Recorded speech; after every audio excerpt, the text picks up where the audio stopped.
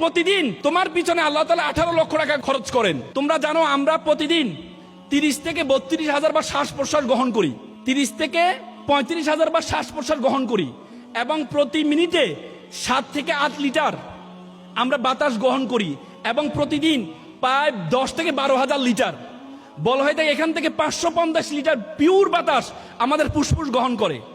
বলা হয় থাকে এটাকে যদি সিলিন্ডারাইজ করা হয় এটার মূল্য হবে 18 লক্ষ টাকা। তার মানে প্রতিদিন তোমার পিছনে আল্লাহ তাআলা 18 লক্ষ টাকা খরচ করেন। তো তুমি মনে করো আল্লাহ তাআলা তোমাকে অনর্থক সৃষ্টি করেছেন? আল্লাহ তাআলা তোমাকে অনর্থক সৃষ্টি করেন নাই।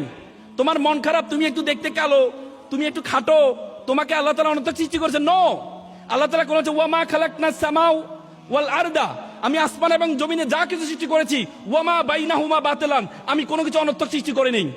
আল্লাহ তাআলা তোমাকে অনর্থক সৃষ্টি করে নাই।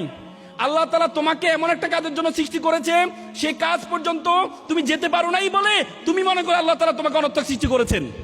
আল্লাহ তাআলা কাউকে অনর্থক সৃষ্টি করে নাই। তুমি মন খারাপ করবা না, তোমার চেহারা সুন্দরদের মন খারাপ করবা না।